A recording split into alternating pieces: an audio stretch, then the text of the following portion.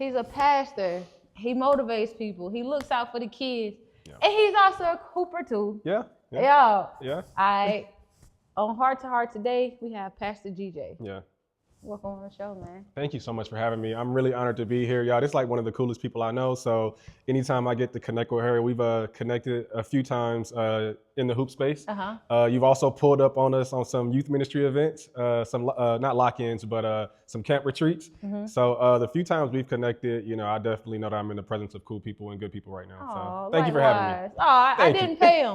Let me get No, she didn't. She didn't.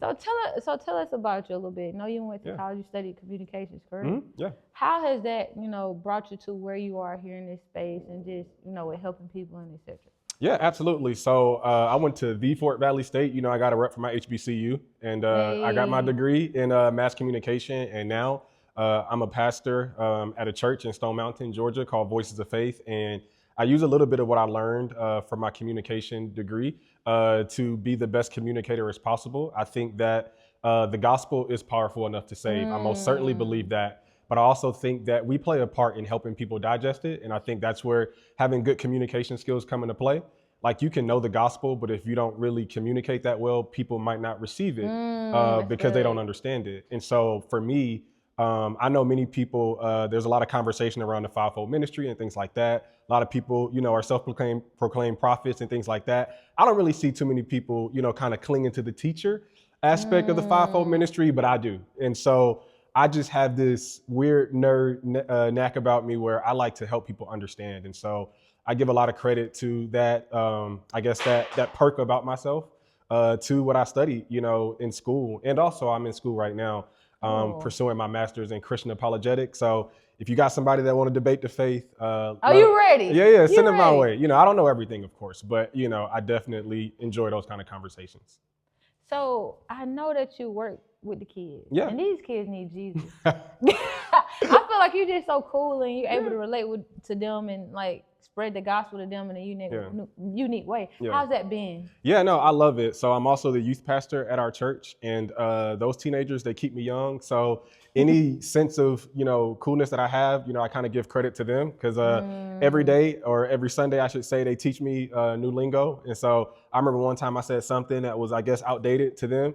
And so I kind of got a lot of heat for that. And so they keep me up to speed with just what the latest and the greatest is as far as, So what do we need to know now? What's the lingo right now? I mean, you put me on the spot right now, but, just as far as like all of these acronyms that they used to text me with, a lot of times I'm a little old, I guess, when it comes to understanding what they be saying. So now I'm even texting like them. Somebody said something to me yesterday and I typed OFC and they didn't even know what that meant. I'm like, come on now, that's like basic level. Of course. That's of course. Right? Right. All right. But just little stuff like that. I'm learning, I guess, just how to stay as culturally relevant so I can be, just whatever version of a youth pastor I can be to them in their life right now. So how have, I feel like they're on social media a lot.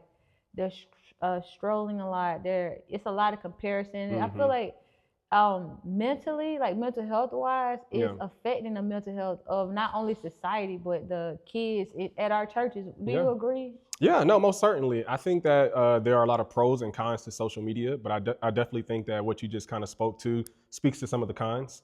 I do think that social media is an easy place for us to get very comparative when we look at other people's life. But one of the things, it's not really that deep, but it's one of the things that I try to tell our teenagers is that social media is often like a highlight reel of people's life. It's not exactly a sober picture of what life is actually like for most of us, right? We post our best pictures, and a lot of time the photos that we use are extremely filtered, or whatever the case may be, or we post these highlight moments in our life of success and things like that, which is great.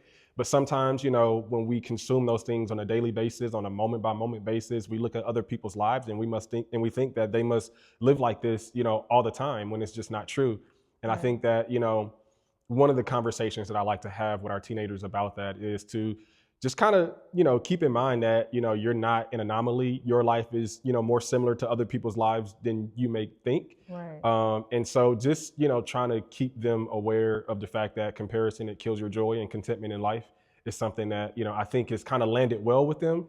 but it's something that you just have to keep preaching to, not just the teenagers, but to all of us, because I think we all might find ourselves being guilty of comparing ourselves to other people's lives. Absolutely. Me as a preacher, right? I look at other people, that I look up to in the faith, and I'm like, okay, I need to be better, right? I need to, study harder, whatever the case may be. And there may be a healthy space for, being, on your game as far as studying, and things like that, which is healthy.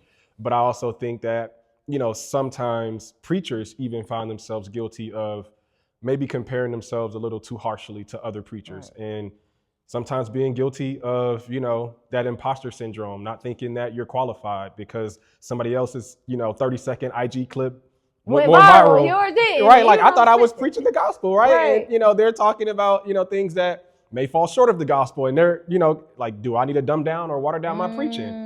And so I think sometimes on podcasts like this, maybe preachers aren't exactly honest about stuff like that, but I guess I can be.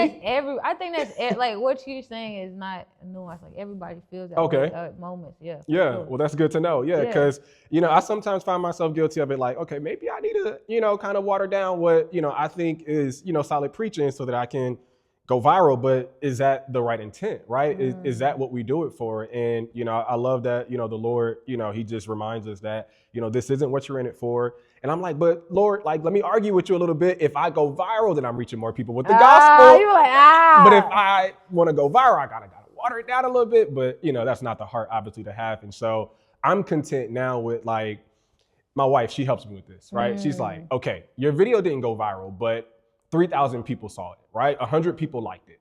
Could you imagine preaching to an audience of 3,000 people, right? Like most people would say that's like a packed out mega church type of scenario. Yeah. But 3,000 views, on social media feels like you're not doing enough, right? But I think that, that perspective that my wife tries to kind of help me with has also helped out a lot with just not giving in to the idea that I have to water down the gospel as though that would help anybody. As we mentioned a moment ago, the gospel is powerful enough to save. I think that's what Romans teaches us, that, it's the power of God to save sinners. And so why would I water down something so powerful? Like, it doesn't need my help. People that want it raw. It's like people that just want unfiltered gospel. Yeah. We don't want you to add nothing to it. Don't take nothing away from it. Like, God is dope as he is. Absolutely. Absolutely. That's so good. And to talk about that segment, young, married, monogamous. Hello. Yeah, come on. Don't you feel like sometimes society is just like, they look at you, you get a little side eye, you married, like that's weird or whatever. For sure.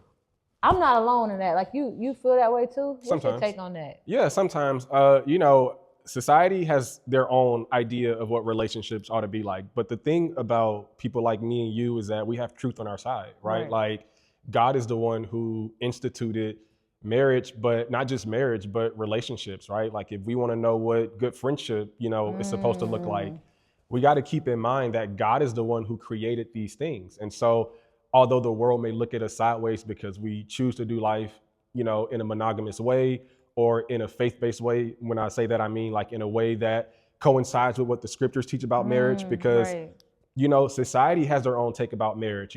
Is marriage truly between a man and a woman, right? Or can it be, between other sexes. I mean, you can say same sex, but there's some people that think that they can marry their pet, right? So I mean, you got a lot of weirdness going on in the world today, and I guess I say that lightly, but not so lightly because it's true to some degree. But I just like to keep in mind that truth is on our side. So no matter what looks I may get from the world about how I choose to do marriage, right? Like I choose to be with one person. I think that truth is on our side because our God is the one who, sanctioned it. I like that. Truth is on our side. You should like that. Just put it on a shirt. Put it on a shirt, right? Like truth is on our side. Yeah, it's true. So no matter what the side eyes may be about, that's something that we can always find comfort in. That's good. I like that. Truth is on our side. Yeah. I'm loving that. Okay, it was so crazy because the other day I was reading my Bible and I came across this verse. Okay. It was 1 Timothy 4, the 4th chapter, the first or third verse. It says, it warns against doctrines of demons that forbid marriage, showing spiritual attack on the institution itself. So it is an attack, and it's like demons themselves. When I read that, I was like, "That's crazy." Yeah, but I mean, it makes sense. I think that the enemy, I think his job, or at least what it has been throughout history, is to, I guess, put a twist on the things that God has created. I mean, he's done it with love, right? He lust, right? He's done it with marriage. You know, he's done it with a lot of different things. I mean, he has a very unique way of tainting what God has sanctioned. And yeah, when we consider verses, you know, or passages like the one you just read in 1 Timothy, you know, it just kind of speaks to that idea that we're going to put on a shirt one day, that truth is on our side. And anything that disagrees with that, you know, is the handiwork of the enemy. And so, you know, sometimes things are a lot less deep than we ought to make it to be. You know, if we know this is not of God, whatever somebody's take is on marriage, then, you know, it's a clear red flag, essentially. Yeah. Red flag. Hold on. Red flag. Where's my red flag? Yeah, red flag. I love it. Oh, man, this is good. I was looking at this clip on social media, and there was a guy, and he was just saying that culture has seriously kind of like messed up marriage, or like has the heads of men twisted by this.